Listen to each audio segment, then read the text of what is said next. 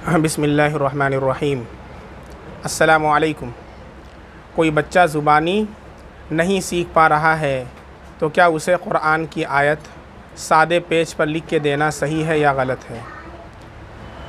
क़ुरान करीम को सिखाने के लिए क़ुरान करीम ही से आप सिखा सकते हैं, या फिर वो पारों की शक्ल के अंदर भी क़ुरान करीम आता है, जो डब्बे में आता है पारों की शक्ल में। तो अम्मा पारा है तो अम्मा पारा आप ले लें और लिख कर के भी आप दे सकते हैं, लेकिन उसमें फिर इसका ख़्याल रहे कि उसकी बेहुरमती ना हो और ज़्यादा उसके अदब का एहतराम का ख़्याल मलहूज़ रखें तो वह ज़मीन पर न गिरने पावे, फिर इसका ख़्याल रखें।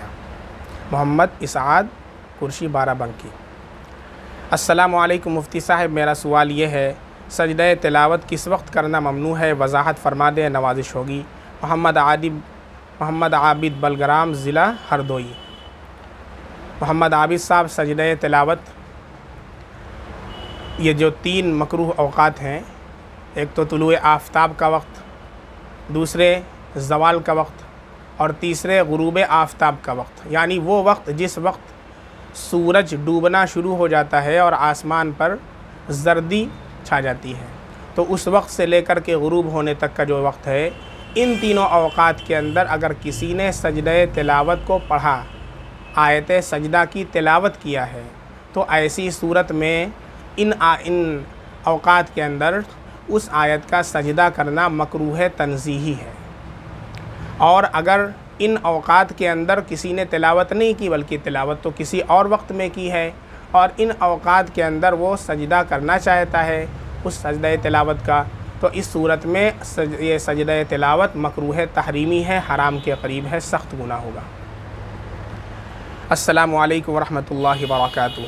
खैरियत से मुफ्ती साहब? वालेकुम अस्सलाम वरहमतुल्लाह। जी अल्हम्दुलिल्लाह। चमकी लगा कर कोई शख्स नमाज़ पढ़ता है तो नमाज हो जाती है?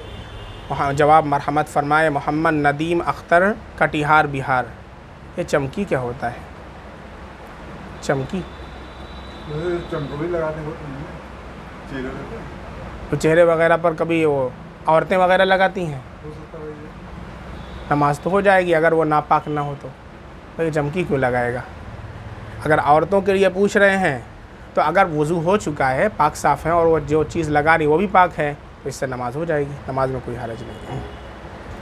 फ़जर की नमाज लाइट ऑफ़ करके क्यों पढ़ते हैं? जावेद अब्बास शाह, चांद वार डिस्ट्रिक्ट नासिक।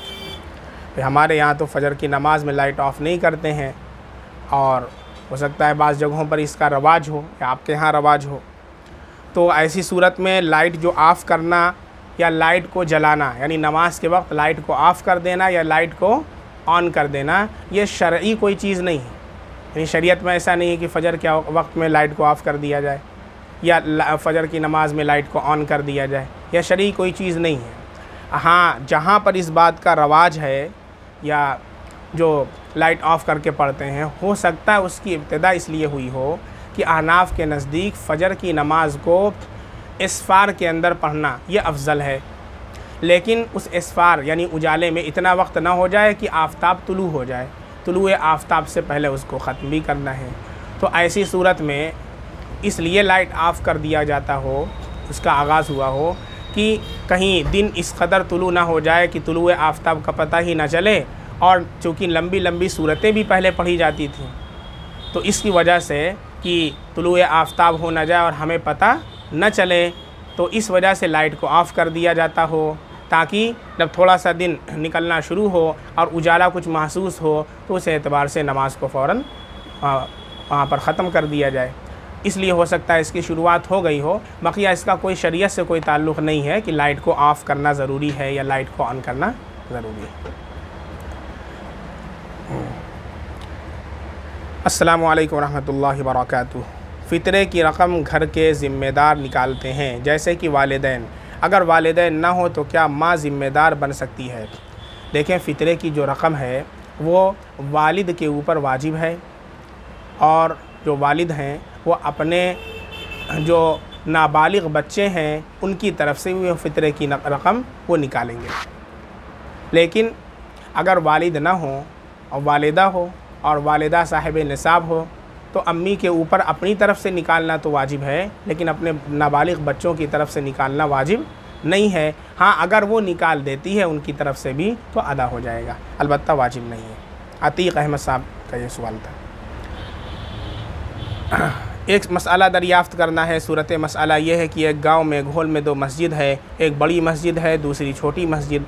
बड़ी मस्जिद में मोतकिफ़ एतकाफ़ में बैठे हैं लेकिन छोटी मस्जिद में नहीं, तो क्या बड़ी मस्जिद में बैठना छोटी मस्जिद के लिए काफ़ी हो जाएगा? मोहम्मद सिराजुद्दीन, सीतामढ़ी, बिहार। इस पर तो मैंने जवाब दे दिया है, इस पर जवाब दिया जा चुका है कि अगर किसी गांव का, महल्ले का एतबार है, महल्ले का, कि अगर महल्ला है, महल्ला एक है और उसके अंदर 2 या 3 मसाजिद हैं, तो उसमें से किसी भी एक मस्जिद के अंदर बैठ जाएगा तो राजिह कौल के मुताबिक जो सुन्नत मुअक्कदा अलल किफ़ाया वाला एतिकाफ़ है वो अदा हो जाएगा।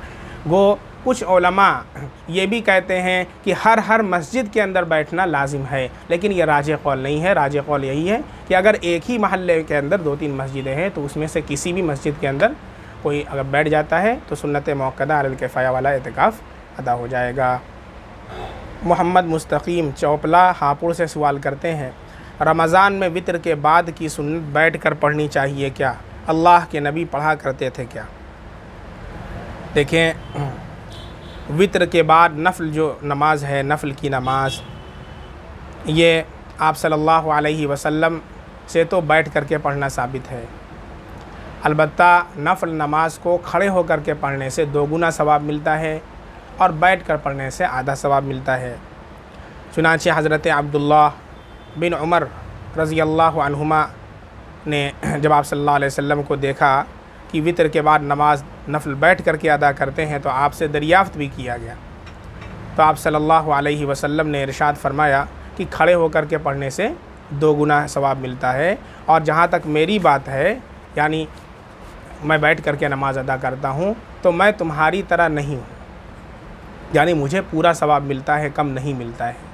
लेकिन बहुत बड़े अकाबिरीन में से जैसे हज़रत हुज्जतुल इस्लाम हज़रत मौलाना मोहम्मद कासिम नौनतवी रहमतुल्लाहि अलैह ने लिखा है कि अगर कोई शख्स इस नियत से नफ़ल बैठ कर के अदा करता है वितर के बाद की, कि आप सल्लल्लाहु अलैहि वसल्लम से यूँ ही मनक़ूल है और आप सल्लल्लाहु अलैहि वसल्लम ने पूरी ज़िंदगी बैठ ही करके पढ़ा है, तो इस नियत से इंशाअल्लाह अजब नहीं कि सवाब में कुछ कमी ना रहे, कि वो सवाब जो बैठ कर पढ़ने से कम हो जाता है वो इत्तिबाए सुन्नत की नियत कर लेने से इंशाअल्लाह अल्लाह की ज़ात से उम्मीद है कि वो पूरा मिल जाएगा। अलबत्ता कायदा अपनी जगह पर मुसल्लम है कि नफ़ल नमाज बैठ कर पढ़ने से आधा सवाब मिलता है और खड़े होकर के पढ़ने से उसका डबल सवाब मिलता है।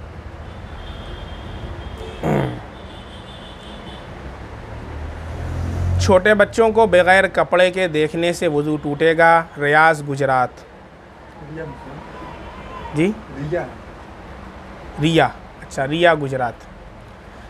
जी, छोटे बच्चों को देखें या फिर कभी ऐसा हो कि सतर पर निगाह पड़ गई, जानबूझ करके तो देखना नाजायज़ है किसी इंसान का, लेकिन अगर गलती से पड़ गई तो इससे वज़ू नहीं टूटता है, वज़ू अपनी जगह पर बाकी रहेगा।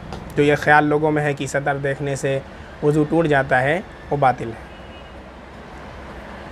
अब्दुल्ला साहब लखीमपुर खीरे से सवाल करते हैं, इमाम महदी जब इस दुनिया में आएंगे तो हम उन्हें नबी मानेंगे या इमाम मानेंगे? देखिए, इमाम महदी जो हैं ये ना तो नबी हैं ना ही सहाबी हैं, बल्कि ये अल्लाह के वली हैं, बुज़ुर्ग हैं। और